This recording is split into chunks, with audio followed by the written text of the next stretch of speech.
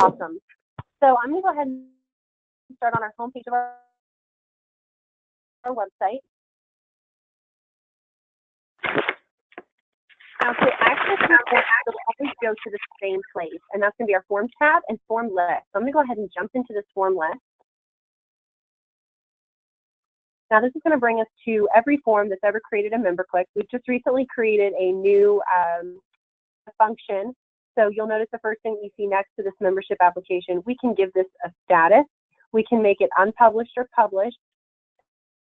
And we can now also archive these. So that way, forms that you no longer need, 2017 conference form, you don't need that in 2018. You just kind of need to archive it. You would just archive, and you can always show the archive forms as well, which is really awesome because if you end up wanting to bring one back or reference it, you can just check that Show Archived Forms, and it's going to bring up any of those archived forms for you. Now you guys have, the cool thing here is you guys choose submissions. I love that you did this because I can show you what this looks like.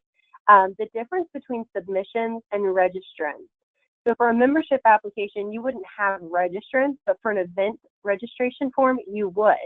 The difference between these two is if I submit a form and I've got my info and I'm also bringing a worker, Kelly, that's one submission, so it will reflect as one. But under registrants, it would reflect as two, because technically two people are coming. So if you're wanting counts for an event coming up, you'll always want to click, there's going to be a number or it'll say like event registrants here. You'll click that and it's going to bring you to a list of every single individual coming, which is usually really important to get total counts for your event. But if it's really more about total amounts of money, financial, just total submissions, then that's where you would use the submission number. I can click on that number too, and you'll be able to do that for any form that has submissions tied to it. It's going to show us the individuals that submitted the forms, if there's an amount paid, if there's a fact. We can select one of these form submissions. Now it looks like there's not anything in here, but if we use our down arrow, we can see all of this information. You can also go back to that form list. And if I go back into those two submissions, I just to show you one more thing that's pretty important. You can tag these guys, any of your form submissions. And it's going to give you an actions drop down. This is where you can export those tagged submissions. So you can have all that information in an Excel document, look at it a little bit closer. So that's always a really important feature.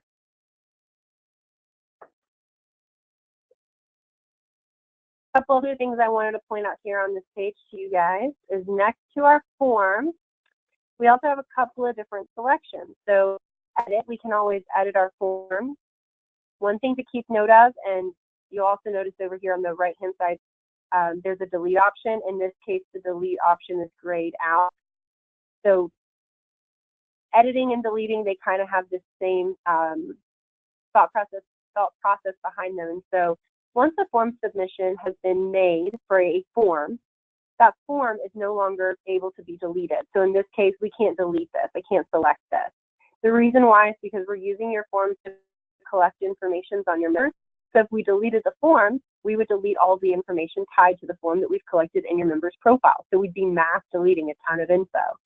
So we need to delete the form. That's why we've created the archived solution. The second piece to that is editing. So you can add to a form no matter how many form submissions have been submitted, and you can add elements or fields to a form, but you'll never be able to delete a field of a form that has filled out and submitted. Same concept, right? If you deleted the field of the form that had collected information on your members, then you would lose all that information. You'd be mass deleting all that information. So same thought process. So once form submissions have been made, you can add elements but never take away elements. And you can't delete. Yes. Yeah. Yeah. Awesome. Your favorite feature forms are going to be this copy button. So any forms that you ever make, if you have an event coming up and you've already got an event template that's pretty much what you need, then at that time, you can just copy it change the name, change the revenue accounts or pricing, and then you got your new form. And so you're not having to start from scratch every time. A lot of my associations will create templates for themselves and just call it like event template, luncheon template, sponsorship template, and then they'll just copy off of those every single time. So that's a great idea if you wanted to do that. The last piece of is taking this form. At some point in time, one of your members will probably give you guys a call, and he's going to say, I don't have time to fill out this form. I come to your event, or I don't understand how to fill out this form, but I want to come to your event, or, you know, hey, can you just register me for your event? And in that case, what you would do is you would select, you come into your form list, you're going to select take this form, you're going to search that person's name who called you, you'll highlight their name. Did you have a question? Okay. And then you're going to proceed as that individual. That's going to allow you to basically assume that person's profile, assume as that person, and complete the form for them. And this is really the way that you would want to do this, because it's going to capture that information, capture that submission in this individual's profile.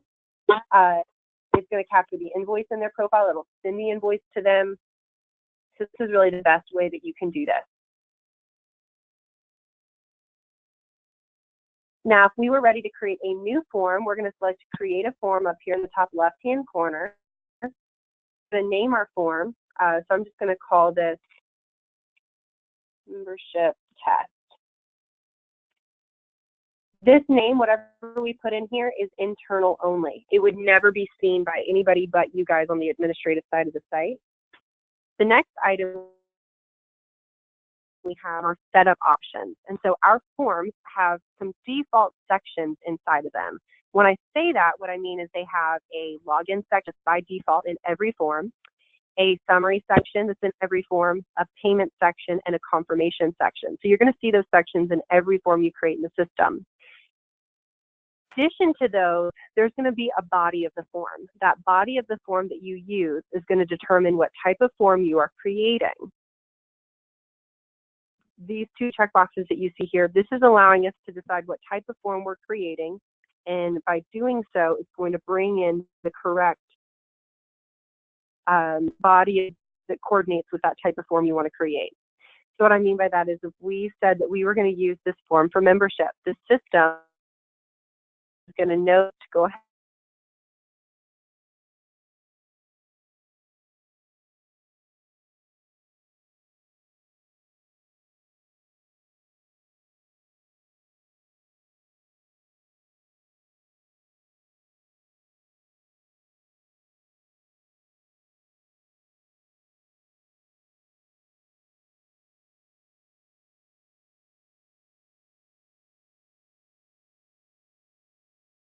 or for event registration. An example would be a donation form. That doesn't really fall into either category. In that case, you're going to select neither of these, and you'll bring in the generally. I'm going to show you how you can do that. And then lastly, maybe you're using this for both. Maybe you have maybe you're using this for the membership application and event registration form. If you check both, it's going to bring in both sections automatically. If you guys mess this checkbox portion up, you do not have to go in here and delete your form. You can add any of these sections in manually as well, and I'll show you how to do that today when you decide this. Any questions so far, guys? I guess No. I do. For forms, would that be used for, like, we want to sell publications? So Yeah, you could use it for selling things like an online store almost, and you would. right. I have a lot of associations who have like keychains, T-shirts, caps, and so publications you could use that for as well, and you would just have a description, and then you would list the price, and then it would just say how many publications do you want to purchase, and they could put in the number. It would times it by the price of the publication, and then they would go through the checkout process. Did that answer your question? It does. Is there any one of these? Would it be a membership form or would it be event registration? It wouldn't be either of those, right? Just So exactly, that would be neither. So that would be an instance where either of these and bring in the general section. okay. And is there a way to apply membership discounts to purchases? So this is kind of a two-sided Okay. answer. There is no way that we can ever, I shouldn't say there's no way that we could ever. The system was not created to provide membership discounts. So if at all possible, I would recommend not saying like, if you register 20th, then you get 20% off your discount or off your Could membership. you repeat that? I'm sorry, Avery. Could you repeat that last section? My phone is, I think it's dying on me. You're fine. So I was just saying, our system was not created to give discounts on member dues. We can do member dues just about way, but it's not straightforward. What our system can do that is very straightforward is on event registration forms or any other type of form, it's going to allow your members to receive early bird pricing or late fees if they register for an event early or late. We also provide discount codes. So if you have board members that want to come to an event, you may give your board members all a discount, and you can make the discount code whatever you want it to be, like board 17. Then when they register for an event, they'll go in, they'll complete the registration, and at the end, before checkout, it'll ask if they have a discount code. If they type in the code that you gave them, it will apply the discount or could even zero out the balance. So that's my long answer. Short answer is I do not recommend, and it is not a best practice, giving membership discount codes in our system, but it is very easy to implement event registration or any other type of date-based pricing or discount codes. So essentially, if we were to sell publications and we had a member pricing on it, we would just need somewhere on our website to provide a specific line of text: discounts on publications. Please enter this code. Yes, that would be totally fine. That will work. All right. Cool. Of course. Any other questions before we keep going? Yeah, I believe at one point you said you were going to help us build out some of those forms. I'm not sure Jane or Tim would need to be there for that one, but there are a few forms that I would like to help, like the publication sales, brochure sales. Just if I could work with you at some point, just to get those in order, that would be fantastic. Absolutely. We can definitely do that. I can just build them for you guys, or the alternative is if you have people that are going to be building forms and then you really want them to build, so we can just jump on a call and I can have them share their screen and I can watch them build them and give them tips and tricks as we go along. Okay. That'll probably just be me, honestly. Jane, Kim, if you're interested, let me know, but that's something I think I can tackle. Yeah, and I can just for you if you want, just to save you time and get you started. And then you can always go back and watch this video that we're recording today, or of course, call into our help team or anything like that, or you and I can spend another hour together, whatever's best, at that time. I believe you told me at one time I needed to send you like images if we had book covers or things like that, and then and description. Exactly. If you send all of that to me, I can definitely. And I think you were going to maybe put it in a Word doc, something like that. Yeah, I've been working on a spreadsheet actually for you. Perfect. Yes, I can totally get all of that built for you. And then same thing, you could watch me build them if that would be helpful to you as well. Yeah, I think that would be a lot of help. Awesome. We'll definitely plan on having another forms training where we do that together. That sounds okay. Thank you. Okay, at this time, now that we're ready to create our membership form, and I'm just doing a membership application with you guys, I'm going to select Save. I really kind of want to go ahead and show you the membership application we already have created. So once you've put in the membership name, once you've checked the boxes that need to be checked, at that point you're going to select Save. That's going to bring you into our form builder. Our form builder, we can also get through to the form builder by selecting Edit. And this is going to take us to our form. Now, our form builder is comprised of two different sides. We have a left side and a right side. Our right side is really just a rough draft of our form.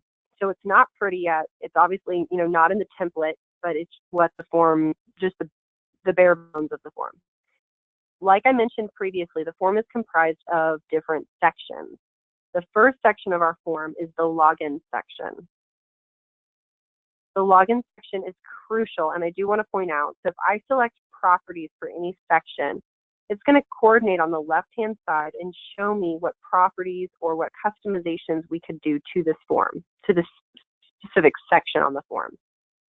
In this case, we can add the name of the section. I mentioned when I created this form, membership application is not what your members will see. What your members will see as they navigate through the form will be whatever word is on the tab of each form. So if they're getting to the form, they would just see login. Instead of saying login, you may want to say login to complete our membership application or something along those lines if you need to spell it out a little bit more for your members. So to change what appears on this label, you can do that right in this name field. So like I could say login, please. It's going to update on the tab, and so this is what you're seeing as they navigate into the first section of your form. You'll also notice that we can enable or disable our form. We could enable or disable the login section of the form. 10 times out of 10, you're going to want the login section turned on for two big reasons. The first is that this login section is, once they're logged in, it's going to recognize your member's profile, and any information they provided in the form is stored in the member's profile. So through these forms, you're able to kind of build out the profile you have on your members or keep updated the information you have on your members. Vice versa, if I've been a member with you guys for 10 years, I don't want to go into an event registration form and have to fill out all of my information for the millionth time. Instead, if I'm logged in, the form is going to auto-populate any fields that you've already collected on me in the past that are in my profile now. So if I don't have any info updates, I can just allow the system to auto-populate those fields, and I can just pretty much register by selecting the money that I'm paying, checking out. I'm not having to waste my time going through and filling those fields out. Does that make sense? Mm-hmm. Yes. Another biggie here is if somebody's not logged in, a confirmation email won't go out because they don't know, if the system doesn't know where the confirmation email is going. You have to be logged in for the system to recognize your profile, recognize your email address, and send the confirmation email. We'll talk about that again in just a moment. But anyways, I just really wanted to emphasize the importance of the login section, which of course you guys have a single sign-on with HireLogic, so people are going to be logging in, and you already knew the importance of that. Of course, there are exceptions. If you send a survey after a event, maybe like you want to know, how was the food, how was the speaker, how was the organization, you might want to send out that survey without a login section on because you may want anonymous feedback, and so in that case, you would turn it off. Login type, this allows you to determine what login type is allowed to log in for this form. So if only existing users could take this specific form, then we would change that login type, and boom, only existing users can log in. There's not an area for new users to create a profile. The opposite of that, if you only wanted new users to be able to take this form, then you would just allow new users. Now, since this is a membership application, you may only want new users taking this. However, you can use a membership application as a renewal application as well. A lot of my associations will create two different forms, one used for new members, one used for renewals. The most important thing to keep in mind is your members will not be able to take a renewal application. They are in their renewal period. Do you guys know what triggers the renewal period in our system? No. So when we send out those automated notifications from the system to remind renewals, the second the first notification goes out, it's triggering the system to create the invoices, which are then automatically attached to that notification they receive. The second that the notification is created, there's an outstanding amount for your member. And that outstanding amount is what triggers the system to recognize that they're in their renewal period. So without an open invoice for dues renewals for an individual, the system doesn't recognize they're in the renewal period, and they wouldn't be able to take the renewal application because the system doesn't recognize that they're in the renewal period. Does that make sense? Mm-hmm. Yeah. Then they're going to have to use the new member form. Correct. Unless you have created a, unless they're two separate things. So if you had a new member form and a renewal form, then they would take the renewal form. They would be able to log into that.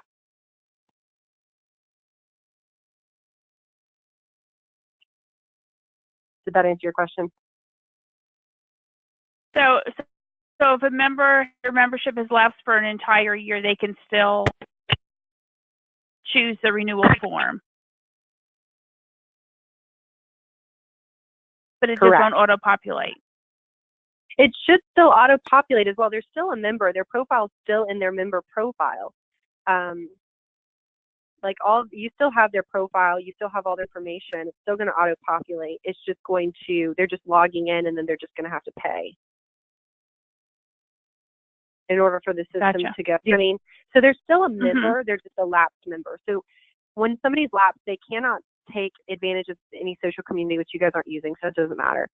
They wouldn't be able to take advantage of member type pricing. So if they logged into a form, they're still a member, but the system's like, they are lapsed. They do not get any member type pricing in here. So if they were going to get like a discount for publications, they wouldn't be able to receive that. And that's something else, Jeremy, I meant to mention earlier, is we do have member type pricing. So that's a different type of discount that we can also put into the system. So anyways, so they're still a member. Their info is still going to auto-populate. They can still fill out the renewal form, just would have to fill out the renewal form and complete it that way. Or they could go back to one of the notifications that they received previously, open up the invoice, and pay that way as well. They could do either way. Okay. The last part that I wanted to mention here about the login section is we can allow multiple submissions. I don't think you guys will ever want to allow multiple submissions unless maybe they might want to come back and purchase more. Or donation forms, right? Somebody can come in here and donate every week if they want to. And so in that case, you would turn on that, yes, multiple submissions are allowed. Otherwise, I would leave that off. You don't want somebody thinking like, did I register for this? Did I not register for this? And then just registering again accidentally or something. So I would traditionally leave that off. I'm going to keep rocking and rolling, and we're going to move into the membership section. So you'll notice our first section ended, and now we're going to rock into the membership section. Same thing here. I can select properties for the membership section, and it's going to give us a couple of little kind of customizations that we can make in here. We can also change this membership tab. So remember, they've logged in, now they're going into the new section, and at the top of the page it says membership. So you might want this to read membership application, or a head membership application, or however you want to word that. Then down here, enable membership section. Yes, we're using this as a membership application, so we want this on. I would always just requiring the user the reason why is because if you don't, they can literally go to the form, log in, and then hit the finish button, and it'll just allow them to ask all the questions, which makes no sense. So instead, I always require the membership section. Displaying the application area for new users and prospects. So if we're using this for a true membership application, we absolutely want that turned on.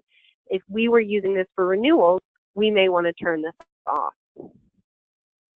Lastly, display renewal area for users that are within their renewal period.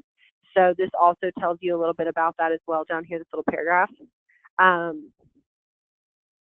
But basically, if somebody wants to use this renewal application for a renewal application, you would want this turned on. If you are going to have two separate forms, we want the area for new users turned on for one of the forms, right? And then the area for renewals turned on for the other form. So that way it's very straightforward what they're being used for. Our member type. So we can click or select any of these fields within the form. Same thing for below. You can edit this field by editing the new text.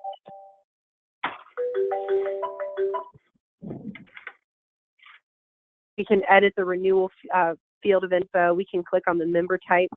I think we looked at this previously, so this is what's allowing them to decide what member they're applying as. Membership renewal, same thing. They would determine what membership renewal that they could apply as well.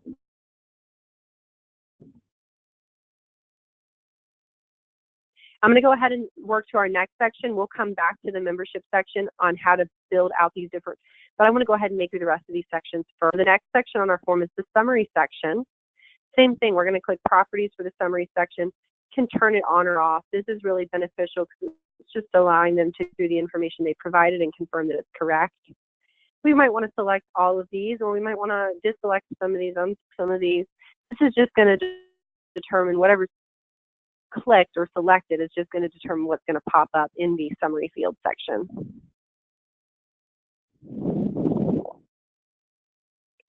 Payment section will always be a biggie. You'll always want to make sure you have your payment processors, your invoice selected, and then if the member has the ability to pay later with an invoice, we're going to toggle this on. If they have to pay at time of registration or form submission, we would want it turned off. So that's just determining, do they pay now or could they come back and pay later? If they can come back and pay later, that's where those invoice templates are really useful, because you don't want them to just be invoiced and then never think about it again. Those invoice templates, if you remember from our database training, are the notifications that go out and will poke your member saying, you still need to pay, hey, you still need to pay, and then finally, hey, thanks for paying. So those invoice templates are really going to be important for you guys to complete. Lastly, we have our confirmation section. This is my favorite section in this entire form, or in our forms. So we can click on this field, thank you, your form has been submitted successfully, and we can edit the confirmation page. So the second that your member completes the form, they're going to select submit, and this page is going to pop up. So you may want to include some additional information in here, such as some of this merge data info. So if I select this, you can choose any of the fields from the form or their profile, and you can allow that to populate in. One thing that I wanted to point out, there is profile data and form data. I would always suggest, specifically on a new membership application, you're using the form data. The reason why is this person doesn't have a profile yet. So if you try to data merge in profile information, it's going to be blank because there technically is no profile.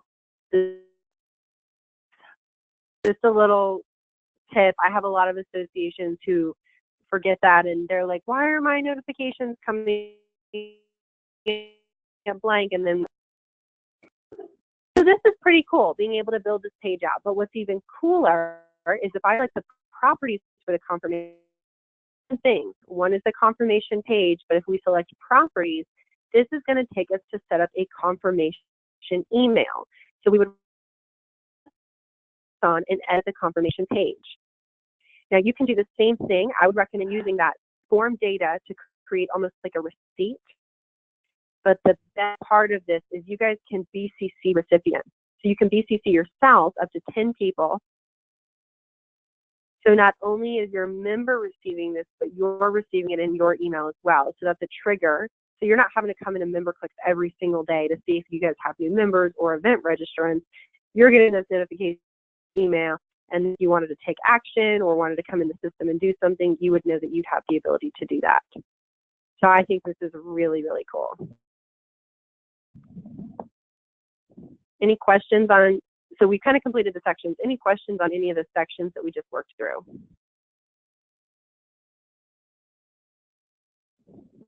Good. Okay. Now, before we start building out our form, I want to start talking about the left section for just a moment. We've been using the third tab over here, Element Properties, as we've gone throughout the form. So when we selected properties, when we clicked on any field, what we could do specifically to specific specific fields or sections on the form. Awesome. Then we've got two over here. This form settings tab is on a macro level. Anything we do to the form settings tab or in the form settings tab applies to form as so we were doing in element properties, we're changing things to sections and fields, what we do in form settings of the entire form. So to talk through those items, we've got the form name and a form description. Once again, these are both internal, but of course that's what the form entirety would be called. Form description is internal as well, by the way. Form alias. So I think that you guys know what this is, but just to retouch, anytime we put the form alias, and you'll see this on content as well, anytime we put this after the /, if we went to ahead.memberclicks.net/membership-application, it would be the direct link to this application.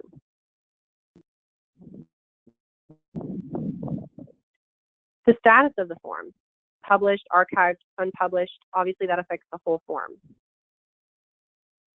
An expiration date. You wouldn't want an expiration date for your membership application, but that would be super handy for an event registration. So if you forgot to take off the event registration form, or if somebody had a link and went to an event registration form and it's already come and passed, if you have an expiration date in there, it won't allow them to, or they'll just say this form has been expired. Now permissions are everywhere in our system. We've already talked a little at the form settings level. That means that whatever permissions we set here apply to the entire form, right? So if I edit the group permissions, obviously for your membership application, anybody can see this. But let's say that specific members were allowed to see this. Then that means that when they try to log in, when they click the button for it, wherever you've linked it up to, and they go into the form, it's just going to say you don't have permission to see this form. So you may have an event that's only for board members. You may have an event that's only for not-for-profit members. Whatever the case may be, you would just deselect everybody else from this list except for the individuals who need to see it. I used permissions when I created those individual fields, additional names or email addresses, but that was at a field level. This is actually at the form level. Then we have date-based pricing and discount codes. So I kind of talked a little bit about these to Jeremy just a bit ago. Once again, we can't apply these to a membership application, but we could use these on an event registration or a general section type form. It's a little bit difficult to set these up without having a real life example. Just keep in mind that we do have date-based pricing and discount codes. And since Jeremy and I are going to fill out more forms together, we're going to use these. But if for whatever reason you guys get out of implementation and you haven't used them, you can always call the help team and say, Adrian told me one time that there was date-based pricing and I don't know how to set it up. And they'll walk you through the process. It's really, really simple. But just keep in mind, like I said, they cannot be used for membership. These areas, these items can be used for events or general forms. Lastly, we have, did you have a question? Breath, like somebody's going to ask something and I don't want to keep rolling through if you guys are stuck on something. Maybe we're good. No. Okay. And you guys are probably going to want to go back through and watch this recording because this is a lot of information that we're covering today, but like it's just because our forms can do so much. So to me, it's fun. But I know it's a lot of info. This last part of the form setting. So I mentioned earlier, when somebody submits their form, it's going to bring up a confirmation page. At the bottom of that confirmation page, thank you for registering or thank you for becoming a member. Finish. It's going to bring them back by default to the home page. You're not going to want that. You're going to want them to go back to y'all's existing site, not to the MemberClicks homepage. So this is important for you all. You'll want to put in whatever URL for the site that you want them to be redirected to. Okay. Now we have our last tab to cover, and that's our add form elements. Now, add form elements is segmented into 4 additional and this will go back to some of our database knowledge. We talked in database about how we have 3 different types of attributes in the have talked about this extensively.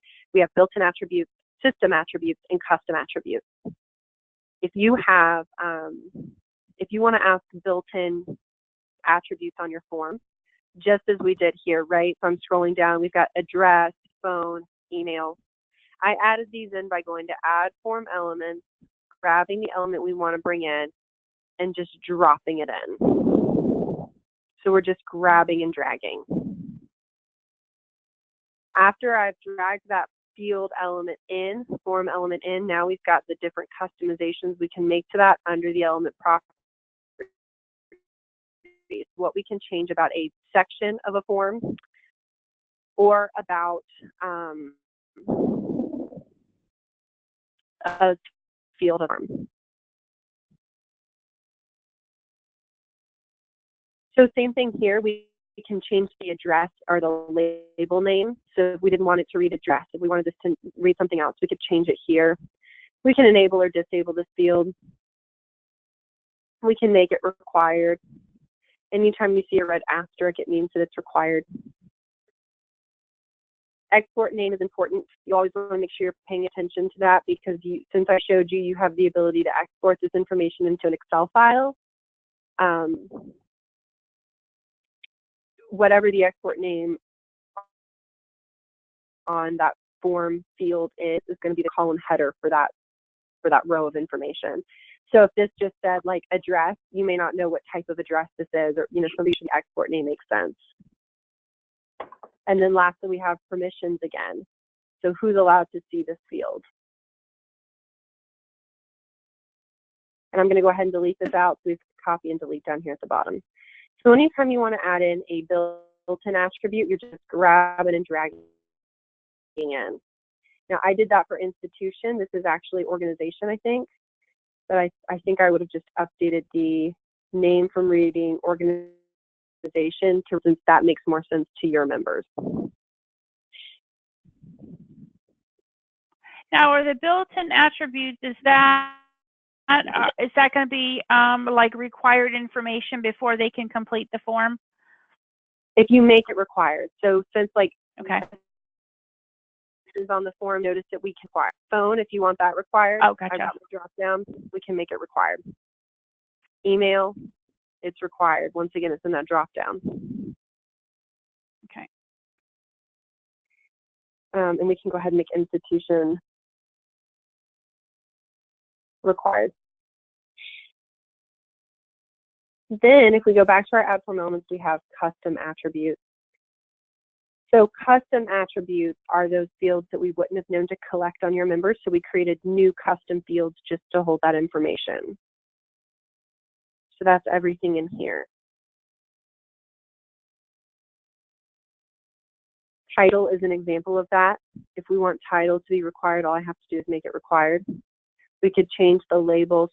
So if you wanted to spell this out a little bit more on your form and say professional title, you could write that out and it'll reflect on the form. Yes, because I had to change ours to just people we're putting in Mr. or Mrs. or, Yeah, I get a lot of having to change it to occupational title or something like that. Or whatever, yeah. Yeah. And notice I updated the export name with that because like I said earlier, when we export this information into an Excel spreadsheet, we want to make sure what this means. So we can, same thing, right? We can kind of just grab and drag institutional type. I just grab and drag these in. So any field that you're like, oh yeah, I want to ask that on this form, you would just grab it and drag it in. And then you can make it required.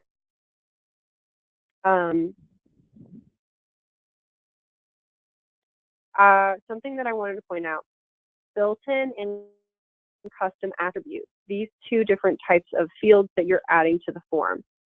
These are the fields that will always collect the information and store it in the member's profile or vice that auto-populated in for your member. So anytime, just a little cheat tip, anytime you see this little guy's head next to a field, that means the same thing with the red asterisk, of course. If you see the red asterisk, that means it's required.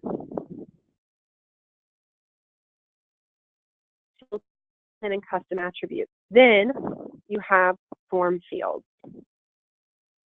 Form fields are used, so if you do not want to collect information profile, you would use a form field. That will only collect the information on the form submission. Anything that you ask your members, you're going to need to know forever and ever. So if you're having an upcoming luncheon and you're asking, do you want a ham sandwich, a turkey sandwich, or a veggie sandwich? You don't need to recollect 10 years from now in somebody's profile that in 2017 October luncheon they had a ham sandwich, right? So instead, you really just need to know that for that particular event, whether it's to let the caterer know or whether it's to create the invoice for them to pay for it. That's why you would want that information. So to quickly go through, a lot of these are pretty self-explanatory. So like, if I grab and drag country in, this is just going to give us a drop down of country options. So you might want to say, what country do you want to have our conference in this year? Or what countries do you have connections or ties with? That would be a kind of a silly example to use the country field. Obviously, that probably won't be used too often by you guys. Date field, so if you wanted to collect just some date information, once again, that you didn't need in their profile forever, you just needed for the form submission, you could use the date. Which of these for us to have your conference or something like that. A file is going to give them the opportunity to upload a file, maybe a headshot, maybe your resume.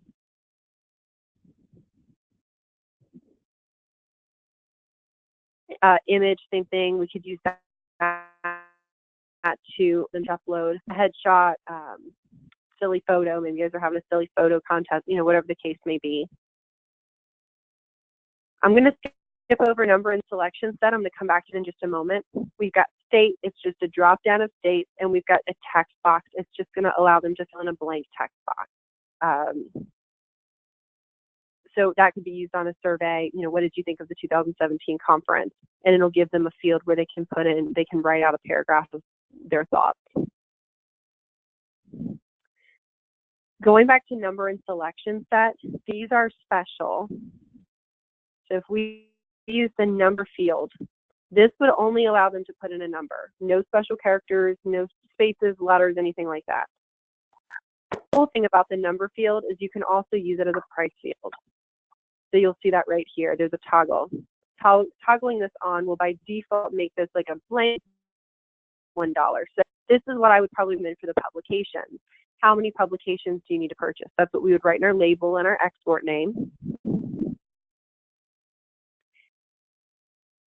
And then down here at the bottom, maybe each publication is $150. So whatever they put in will be times 50, and that'll reflect on the invoice. You can also use the number field for them to just put in any type of currency that they want. So this is what I most commonly see used for donations. So this will update and out. You could just say in the label, how much would you like to donate? Make sure you update the export name, and they can just put in however much they want to donate to you guys.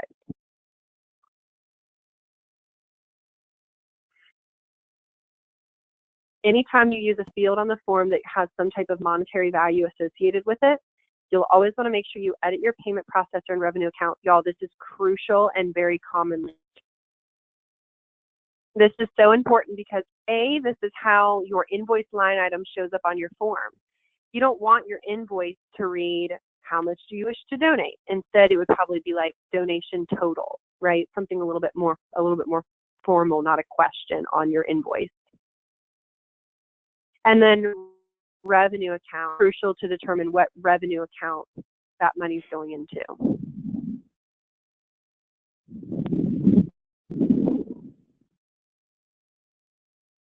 Now, if I go back to add form elements and back to our form fields, we also have selection sets. same thing, this can collect money. There's that price field toggle. We can add our selections, option limits, and base pricing. And so maybe the question is, and the selections would be ham, turkey, veggie. Maybe the ham sandwich would be $10, turkey would be $12, and veggie would be $8. Depending on what they choose, we'll add that item to the invoice. Now, we also have limits. So maybe the caterer said, you know what, we only have enough ham to make 50 ham sandwiches. We only have to make 25 turkey sandwiches, and we only have enough to make 10 veggie sandwiches. The second somebody chooses veggie 10 times, that 10th time, that option will be grayed out, so nobody will be able to choose it. So this is actually really helpful. Like if you have a conference and there's a certain number of seats available at that conference, that'll prevent you from overbooking the conference. And same thing here. You'll want to make sure you set up that edit payment processor and revenue account. Otherwise, that money is going to go into a blank revenue account, and then it's difficult to sort by, search by, all that crazy stuff. Any questions on those money fields or any of these other fields that we've talked about? No, but I'm going to have to. Absolutely. I totally understand. Forms was probably the hardest thing for me to catch on to, but once you get it, it just like clicks. And you're like, whoa, I can do anything in here, which is definitely a lot. You know, that's a little overwhelming at first, but it'll become really fun. It's about 3 minutes left. So the last thing that I wanted to get through is this last area, presentation. This literally just has to do with how the form presents itself. So I mentioned in the beginning, you're checking those boxes, determining what type of section is being brought into the form. Event section, there it is. So if you forgot to check that event section box, you can just drag that in yourself. And now you've got the event section. Same thing with the general section.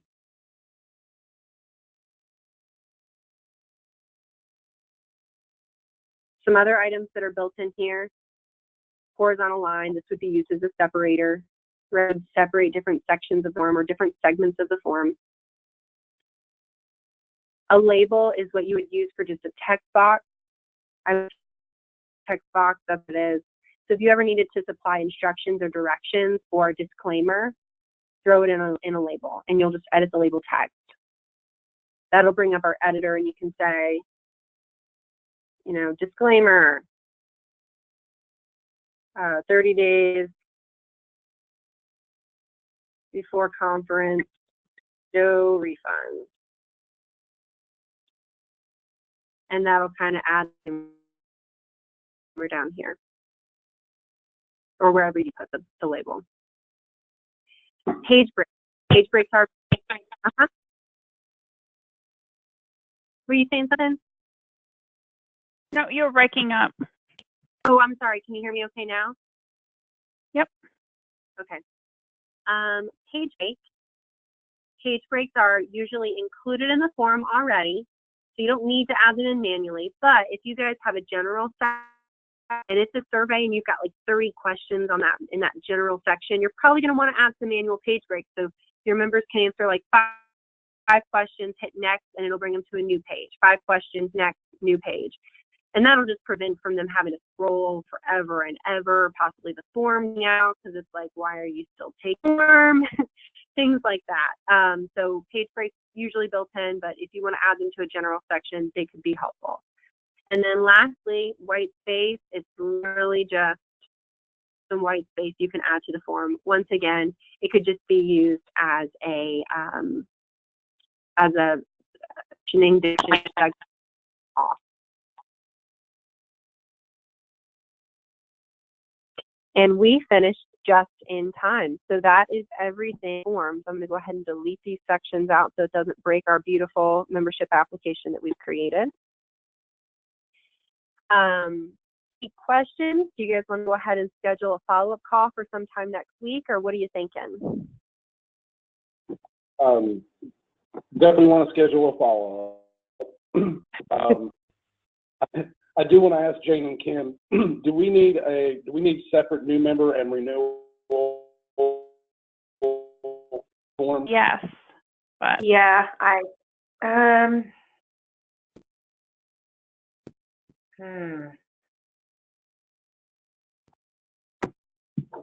let me think about that. I think I'm thinking,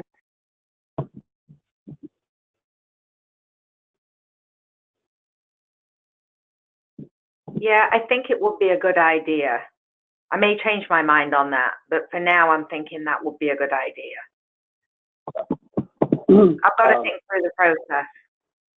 wouldn't that help with the data collection to have them separated, or no? Yeah, Adrian, do you have a recommendation on that or any input?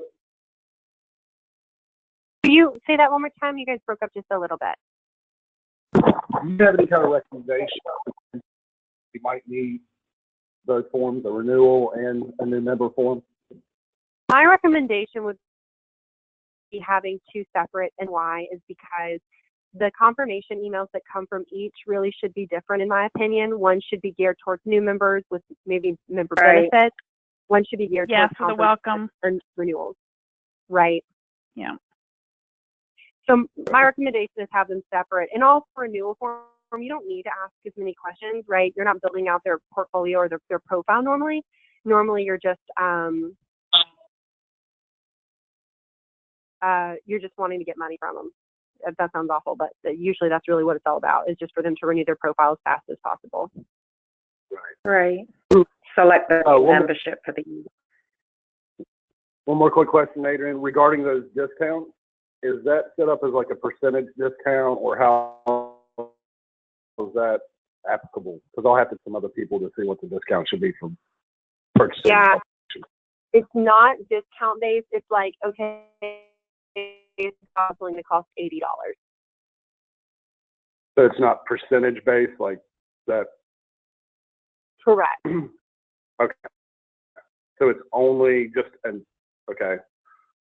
Say we have a publication that's $100. It's now $80 for.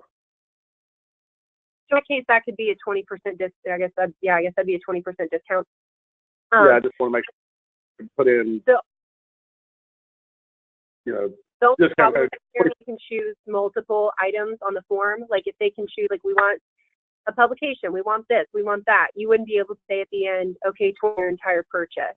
It would have to be like 20% off each item, basically. Okay. So each item, yeah. We're not going to enter percentage specifically. We're just going to enter a numerical dollar discount for each.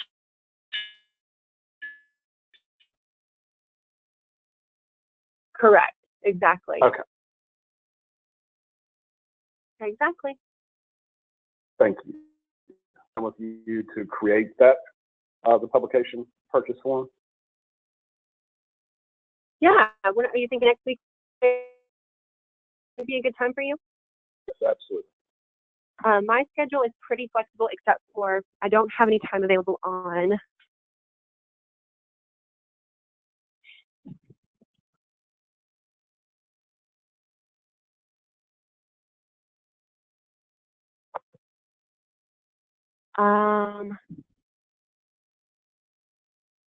Monday and Tuesday are full for me, but starting Wednesday, Thursday, and Friday. Friday, I pretty much have anything available. Wednesday and Thursday is a little spotty. Would you prefer mornings or afternoons? I prefer mornings. And you guys.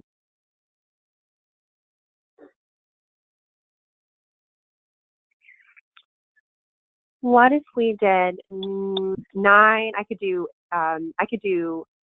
8 a.m. on Wednesday, 11/1, or I could do 8 a.m., 9 a.m., or 10 a.m. on Thursday, 11/2. Do 10 a.m. on Thursday.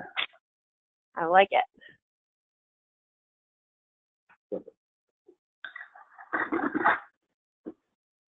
Awesome. I'll definitely get those credentials sent over to you guys. I'll follow up from our forms training